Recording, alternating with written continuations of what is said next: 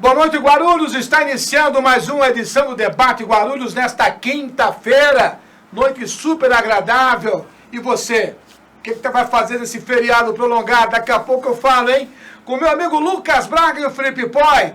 Eu sou Geraldo Júnior, obrigado pela sua companhia. Vamos ficar durante mais de 40 minutos falando com você, com muita informação hoje, tá certo? Você que me acompanha de segunda a sexta, às 20h30, na página do Facebook do Guarulhos em Destaque. Perdeu a entrevista? Fica calmo, relaxa. A entrevista vai estar disponível assim que terminar o programa no nosso canal do YouTube, Geraldo JR da TV. Tudo bem? Vamos à principal manchete desta quinta-feira no portal guarulhosemdestaque.com. Governo de São Paulo dá início à operação Finados hoje. Portanto, você que vai viajar, olha a documentação do seu carro. Primeira coisa, se a documentação não tiver em dia, olha, aluga um carro. Depois, vai fazer um check-in do seu carro. Olha, se não tem vazamento, água, óleo, faz um check-in antes. Não pegue a estrada sem fazer um check-up no seu carro. É muito importante que você não esqueça desses detalhes. E aí, na matéria, a Polícia Rodoviária Estadual e Federal estão antenadas, meu amigo Lucas Braga. E os nossos convidados, boa noite, Daniel Viso, o senhor do Grupo Lumar. Boa noite, meu amigo. Boa noite, Geraldo. Boa noite a todos vocês que nos prestigiam nesta noite. Quinta-feira, véspera de feriado. Véspera de feriado. E o nosso convidado também aqui hoje, fazia tempo que estava dependendo de uma agenda, porque a agenda dele não é fácil, hein? Doutor Valdeci, boa noite, meu amigo. Boa noite, meu amigo. Boa noite a todos. Boa noite, Daniel. E é um prazer estar aqui novamente com vocês. É verdade, o senhor tem um esporte, que o senhor gosta de moto, né? Correto. Gosta de moto. Então por isso você é amigo do Daniel, porque o Daniel também gosta de moto. Pois é. Na véspera do Dia dos Pais eu sofri um acidente. Ah, é? Mas tá tudo bem com o senhor? Graças a Deus, tudo bem, Geraldo. Graças a Deus. Deixa eu começar com o Daniel. Daniel, a gente estava conversando essa semana, existe uma preocupação do mercado, e aí foi o assunto da quarta com o doutor Elton Santana em relação a um assunto que é de suma importância, que é as férias do funcionário de empresa terceirizada. A Lumar é um grupo que está no mercado há 30 anos, ou seja, por estar há 30 anos, gera credibilidade para quem contrata e para quem trabalha. Mas é comum no mercado, Daniel Viso, encontrar empresas que quando o funcionário vai pedir as férias, não recebe as férias e ainda sofre ameaça de demissão? Geraldo, eu diria que não é comum, mas lamentavelmente acontece. E acontece, evidentemente, em razão da contratação que aquele tomador de serviço fez. É óbvio, ele contratou por preço vil, né? Uma empresa que não vai ter capacidade para assumir as suas responsabilidades perante os seus funcionários. As férias são uma verba muito interessante. Porque quando o tomador de serviço, ele contratou uma empresa de portaria, recepção, vigilância, por 2 anos. Esse funcionário ele trabalhou 1 ano, é o período aquisitivo. Se eu errar, depois o doutor Valdeci vai me corrigir. Isso. Depois tem o período concessivo.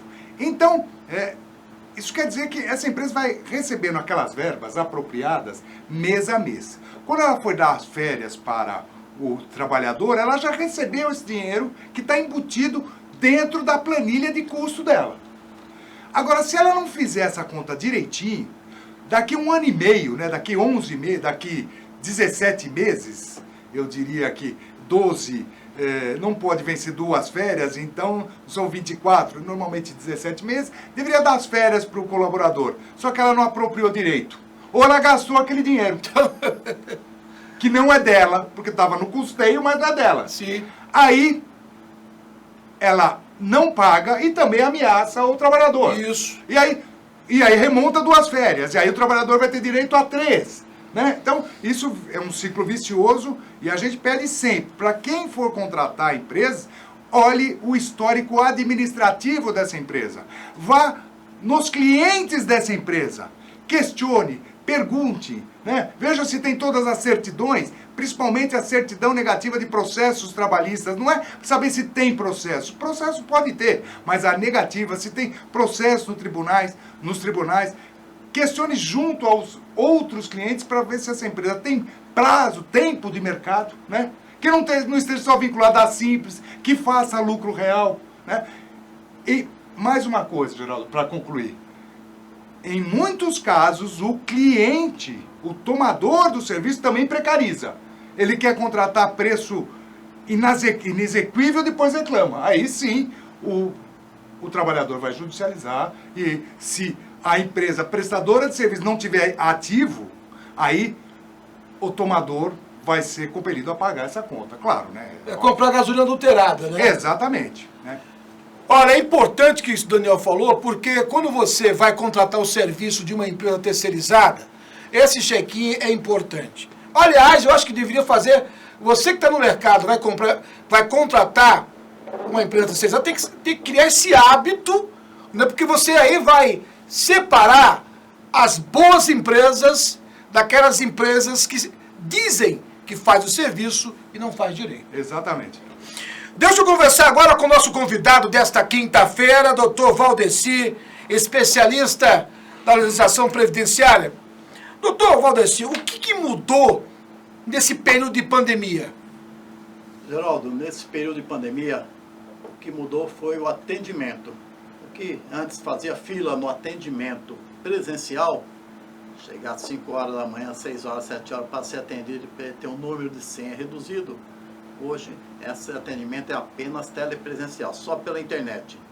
Pela internet você consegue fazer ou pelo 135 telefone, porém o andamento, a decisão, o deferimento ou indeferimento do benefício não é tão rápido, ligeiro quanto o agendamento, porque não tem profissional suficiente para atender a demanda que está represada por volta de mais de 3 milhões de benefícios requeridos e nenhum apreciado, e não tem, entre eles, perícia, que não se marca, não tem condição de fazer.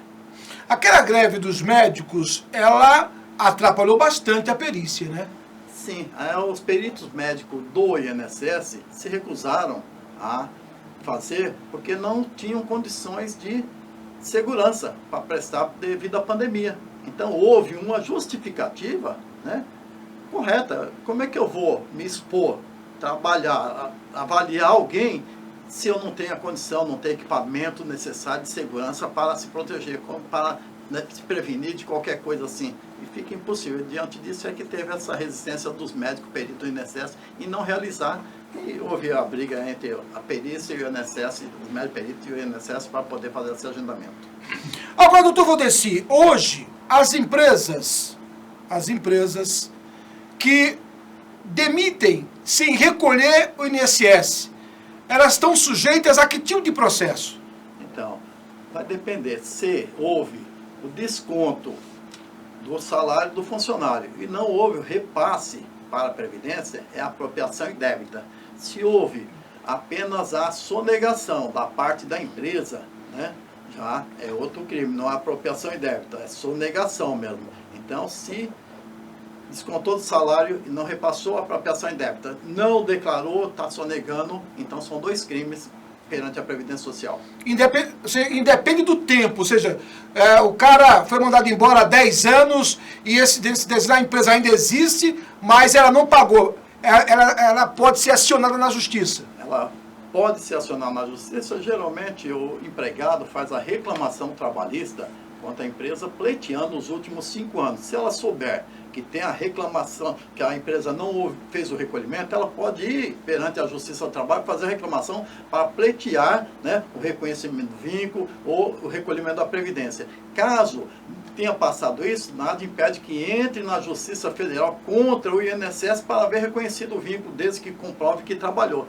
O fato de não haver recolhimento por parte da empresa não pode prejudicar o segurado. É problema do INSS e da empresa. O INSS geralmente tem 5 anos para ajuizar a ação contra a empresa, é o prazo prescricional. Olha aí, é uma novidade. E hoje aqui, o especialista na legislação previdenciária. Fique atento que daqui a pouco ele volta com mais informações.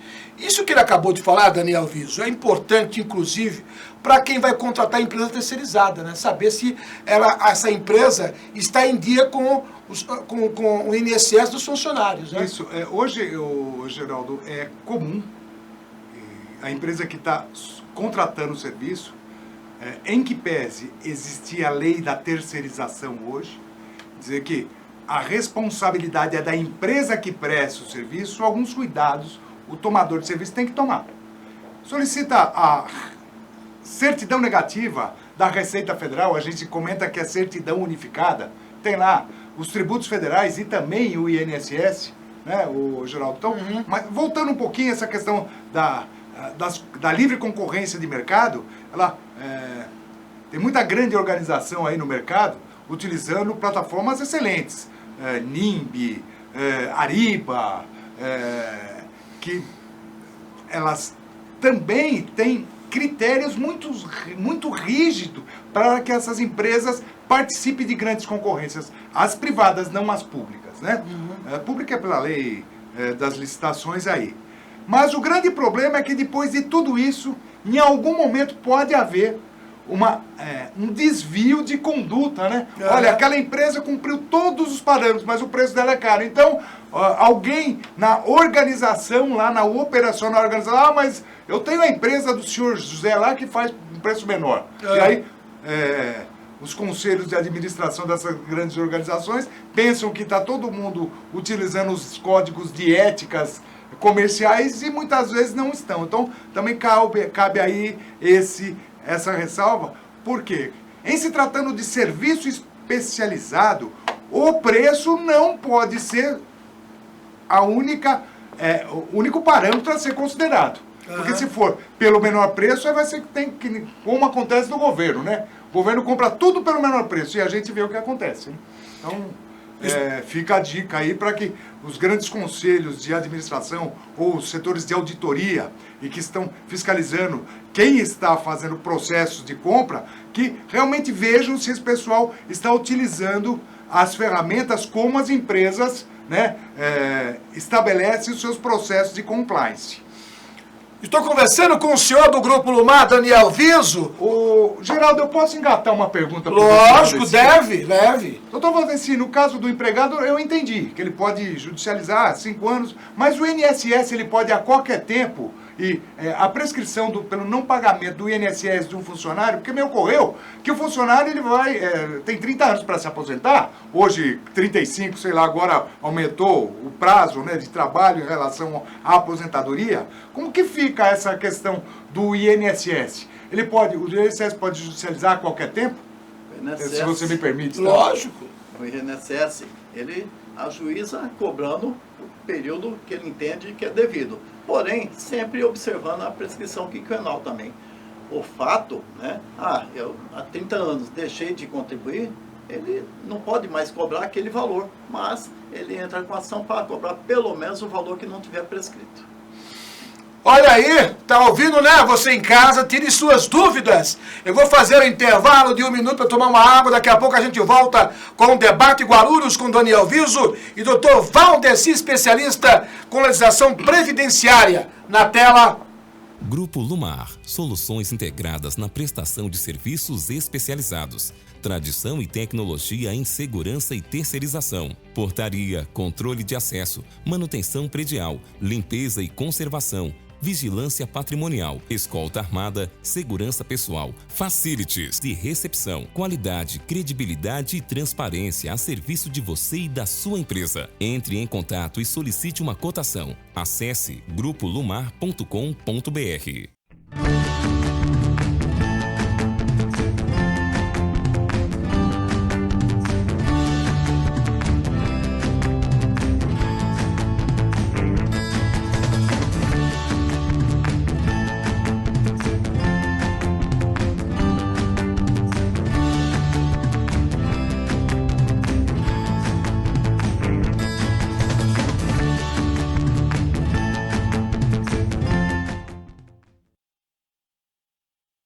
Estamos de volta com o Debate Guarulhos, com os nossos convidados, o meu amigo Daniel Viso e o Dr. Valdeci, especialista no direito previdenciário. E você acompanha de segunda a sexta o Debate Guarulhos na tela da página do Facebook do Guarulhos em Destaque, sempre às 20h30, e também na TV Guarulhos, canal 3net e canal 508 da Vivo TV.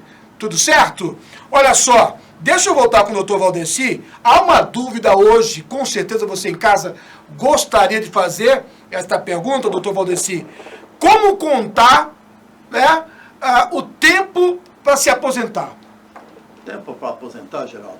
Geralmente nós pegamos a carteira de trabalho, as guias da Previdência Social, quando a pessoa recolhe como contribuinte individual, um antigo autônomo, e fazemos o levantamento junto ao INSS do CNIS do trabalhador. O CNIS do trabalhador é o extrato, é a vida dele toda junto ao INSS. Ocorre que às vezes tem anotações na carteira de trabalho que não constam no CNIS. Isso não quer dizer que não são válidas. São válidas, desde que apresente a carteira e mais algum documento. Porque tem muitos registros que não consta lá, mas a pessoa tem olerite, tem termo de rescisão, tem extrato de fundo de garantia, tem RAIS, que comprova que trabalhou. Comprovando que trabalhou através da carteira, através da guia da Previdência Social, extrato, olerite ou termo de rescisão, entra com o pedido, considerando independentemente de estar constando no CNIS ou não, que o INSS tem que considerar. Se não considerar, indeferir, não aceitou aquele período, cabe entrar com a ação na Justiça Federal contra o INSS e fazer prova desse período. A prova que eu digo não é apenas através da carteira profissional, a CTPS. Por quê? Porque o entendimento da Justiça, do STJ, do STF, que a carteira profissional, que a CTPS goza de presunção relativa, não é presunção relativa, é absoluta. Aquela presunção da anotação do contrato de trabalho é válida, até que não seja contestado. O INSS contesta, tanto no âmbito administrativo como judicial. Então, você junta mais alguns documentos, entre eles recibo de pagamento, onde foi descontada a sua contribuição, e a Justiça reconhece isso aí. Olha aí, essas dicas para você aqui no Debate Guarulhos, a gente fala de assuntos pertinentes ao seu dia a dia. É muito importante você ter em mãos todas essas informações ditas aqui pelo Dr. Valdeci, porque sem essa comprovação, Dr. Valdeci, fica difícil, né? Fica difícil. A Previdência e a Justiça não aceita apenas e tão somente testemunha. Então tem que ser baseada essa prova em indícios, em indício mínimo. E, logicamente, se você tendo indício mínimo, e você tem algum colega que trabalhou na empresa, naquele local, registrado, e você pode levar essa pessoa que trabalhou e tem registro na carteira para fazer prova a seu favor, através de testemunha, mas não apenas testemunha, só não é suficiente. Houve algumas mudanças na aposentadoria. Hoje, qual é o tempo do homem para se aposentar e o tempo da mulher? O mínimo tempo para o homem aposentar, a antiga aposentadoria, que hoje não fala mais, é tempo de contribuição, 35 anos. Esse tempo nós temos que contar até antes da reforma, antes da aprovação dessa emenda constitucional, né, agora de 2019. Então conta até o dia 13 de novembro de 2019. Quanto tempo tinha? A pessoa tinha 35 anos, tem direito adquirido, vai aposentar pela regra anterior. Não tinha os 35 anos o homem ou 30 a mulher, vai entrar na regra de transição. Dependendo quanto tempo que falta para aposentar, contando até o dia 13 de novembro de 2019, aumenta 50% ou 100%. 50% aumenta se falta até 2 anos para a aposentadoria. Então, faltou 2 anos, mais 50% tem que pagar 3 anos, contribuir com mais 3 anos. E 100% se tiver acima disso. Então, se... Um exemplo, faltou 2 anos, vai trabalhar 4 anos para pagar o INSS. Então, é os 35 anos mais a regra de transição, que é um chamado pedágio, para poder dar o tempo para aposentar. Olha aí, doutor, olha só, aí em cima disso, né? O cara não tem 35 anos que ele pagou. Existe aposentadoria por idade? Existe aposentadoria por idade para o homem, 65 anos, para a mulher, 60 anos. E dependendo do tempo de Não, aí tem o mínimo, Geraldo, tem a carência de 180 contribuição até 2019, antes da reforma, a gente tudo tem que levar em consideração essa reforma, que alterou. A mulher, com essa reforma, passou para 62 anos e manteve a 180 contribuição, que são 15 anos de contribuição. Então, como estava no sistema já, então vai aumentando 6 meses a cada ano. Até 2019, bastava ter 60 anos e 180 contribuição. Esse ano a mulher precisa ter 60 anos e meio, 60 anos e 6 meses e mais 180 contribuição. O homem manteve a idade de 65 anos. Então, a idade foi mantida do homem, mas o tempo de contribuição à carência aumentou para 20 anos. Então, em vez de ser 180 contribuição por ano, o homem, 180 contribuição mais 6 meses, 186 contribuição e mantendo a idade de 65. O legislador, o governo queria pôr tanto a mulher como o homem com 65.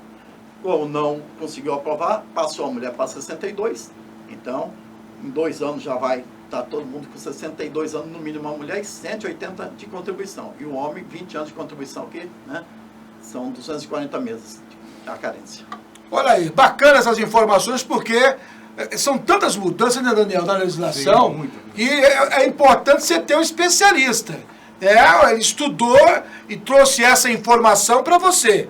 Agora, Daniel, você percebe que hoje a preocupação maior das empresas hoje, ao contratar uma empresa terceirizada hoje, ela diferencia de uma empresa no quesito previdenciário. Quais são os benefícios que hoje, por exemplo, um banco vai contratar a sua empresa?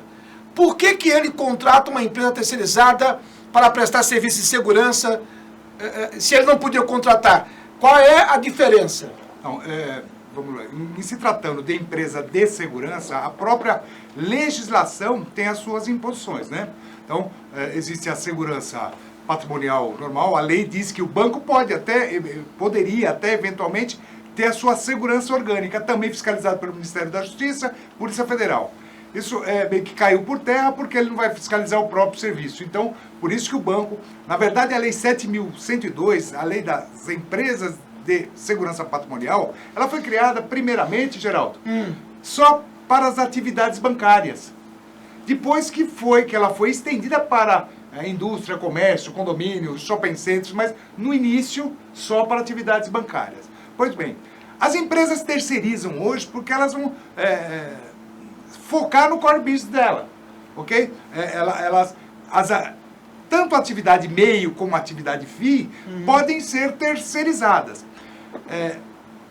Elas não precisam ter todo aquele aparato de gestão e administração para tomar conta de pessoas especializadas. Por isso que terceirizam. Né? Não é em função de preço. De novo, voltando ao que eu comentei anteriormente. Quem faz isso faz erradamente. Porque aquela questão da década de 80, né, do século passado, 70, 80, quando surgiu o fenômeno da terceirização no mundo, todo mundo fala não, que ela surgiu porque as grandes organizações ou quem contrata contrata pelo menor preço, quer economizar. Não, hoje sabe-se e deve-se contratar assim empresas especialistas. Né? Ô, Geraldo, você tem aqui o seu pessoal que está aí atrás das câmeras, né? Sim, sim. De filmagem, todos esses profissionais, eles são altamente especializados. Sim. Se a organização aqui tiver alguém terceirizado, que pode, também tem que ser alguém altamente especializado. Sim. Então, e que vai ganhar a justa remuneração.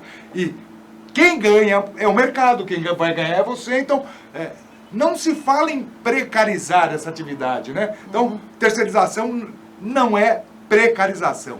Ou seja, eu estou nessa atividade com a empresa há 30 anos, antes da empresa há 10 anos, então,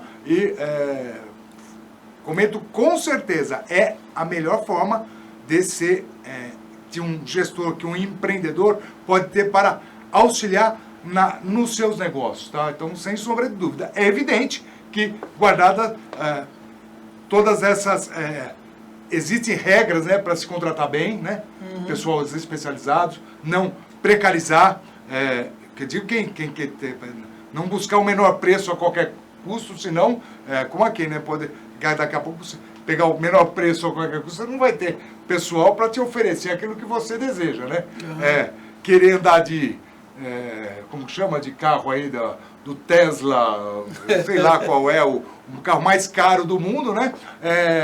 Tendo dinheiro para pagar um carro 1000. Então, então, se você tem dinheiro para pagar o carro 1000, né? Então, assim, não vai querer que esse carro 1000 te dê as mesmas condições desses supercarros, né? Então, essa é a analogia. Mas a terceirização é válida, é recomendada em todas as atividades hoje, né? E tem, eu diria que os empregadores de mão de obra intensiva, né, que são as empresas de limpeza, portaria, vigilância, elas, sim, foram o fiel da balança nesse momento de pandemia, né? Mesmo porque eles ficaram fora dessas restrições e são os grandes empregadores. Não fosse eles, eu acho que a gente não teria alcançado só os 14% aí da massa de trabalhadores, 14% ou mais de 14 milhões de pessoas desempregadas, né? Que perderam seus empregos aí. Nós teríamos muito mais aí, não fosse essas empresas que estão de parabéns. Daniel Vins, o senhor do Grupo Lumar, daqui a pouco eu volto com ele, deixa eu bater o papo com o doutor Valdeci. Doutor Valdeci, hoje, as empresas desse momento de pandemia, elas deveriam se atualizar. O que está acontecendo hoje que muitas empresas estão buscando escritórios especializados para tirarem dúvidas das alterações previdenciárias? É que devido a essa pandemia, houve um excesso de legislação, medida provisória, né? O que foi aprovado, foi enviado, não foi aprovada, foi retirada. Isso justamente devido a essa emergência, essa urgência, né? Primeiro mandou uma medida provisória, não, vai suspender o contrato de trabalho sem pagamento de salário. Houve uma chiadeira do Congresso Nacional, da política, todo mundo, voltou atrás, retirou, não, vai suspender, pagando o salário, vai reduzir a jornada de trabalho, vai reduzir o percentual, vai liberar fundo de garantia. Ou seja, é um meio de manter a empresa, porque se obrigar também ela a pagar o salário sem ter a contraprestação, sem poder trabalhar, quebra todo mundo. Então, devido a essa pandemia, teve que ter esse ajuste, tem esse excesso de legislação, esse excesso de controle para poder, que a sociedade é muito dinâmica, não tem como você prever tudo antecipado. Vai acontecendo e vai alterando a legislação, porque hoje você pensa do jeito, vamos fazer esse atendimento emergencial aí para o trabalhador, para quem não pode trabalhar, principalmente o chamado autônomo, né? Contribuinte individual, quem trabalha por conta,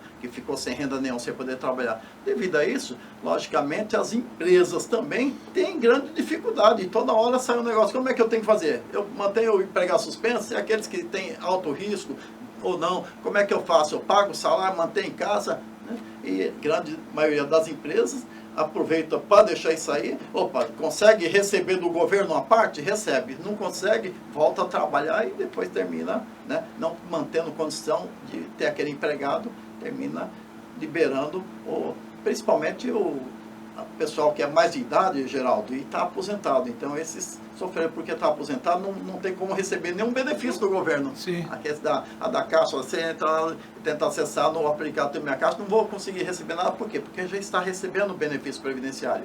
Então, o que houve foi antecipação de FGTS, seguro-desemprego e esse auxílio emergencial por cada das empresas para poder ficar no mercado de trabalho, né? Doutor Valdeci, muitíssimo obrigado pela sua presença. Eu espero contar mais vezes aqui a sua presença. Eu que agradeço pelo convite, estou à sua disposição, Geraldo.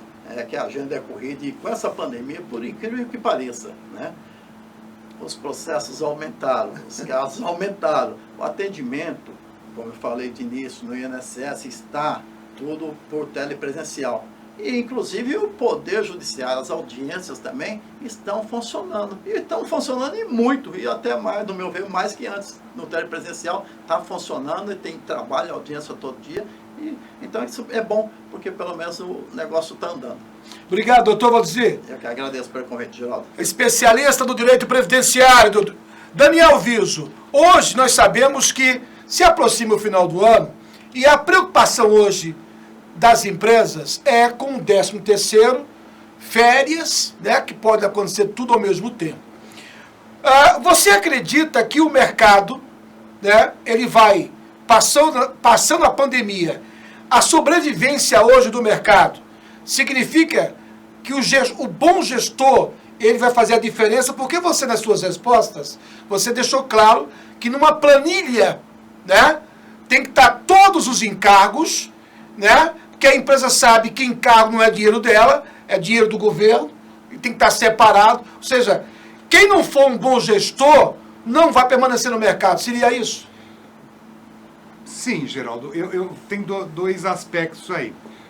Enquanto prestadores de serviço, né? Sim. Estou falando não de área de produção, sim, que aí foi descontinuada. Então, o custeio de empresa de prestação de serviço que trabalha com mão de obra intensiva, via de regra, trabalha com provisão. Ou seja, ele recebe antecipado valores destinados às férias, 13º, e até da rescisão, da multa de 40%. Então, aquele dinheiro está guardadinho. No dia de pagar essas obrigações ao trabalhador, o empresário deveria ter tido esse dinheiro. Mas nós vivemos um problema de pandemia, aonde alguns fornecedores, alguns clientes rescindiram o contrato abruptamente. Por exemplo, eu tinha contratos de 24 meses, 12 meses, 36 meses, vigorando.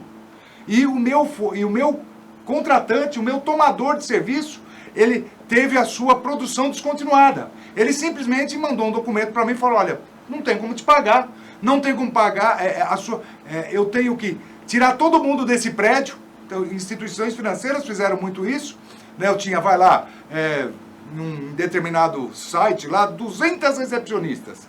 O meu cliente mandou um documento e falou: olha, a partir desse mês, nem nada está funcionando, toma as recepcionistas de volta. Aí eu entrei em contato: poxa, mas esse contrato vai até 2025. Falei: iria, mas é problema seu. Nesse caso, eu não tenho aquele dinheiro total da provisão e tenho toda essa massa de trabalhador e não tenho onde colocá-los.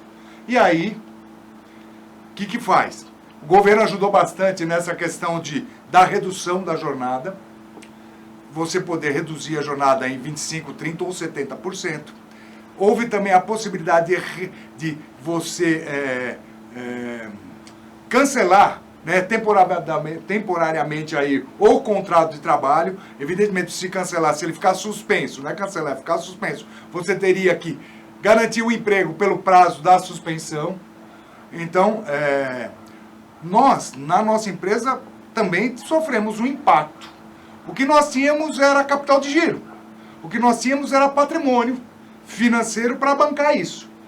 Porque, Geraldo, eu recentemente estava comentando que a pandemia fez com o mundo como o meteoro que caiu lá na Califórnia fez com os dinossauros, guardadas as devidas proporções. Sim.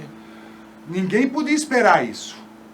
Então, e aí o doutor Valdeci, olha, o judiciário está funcionando, etc. Mas o judiciário, vamos imaginar hoje que um empregador está com uma dificuldade grande, ele perdeu os contratos, ele tem lá 200 funcionários, tem 10, tem 2 para mandar embora, mas não tem recurso.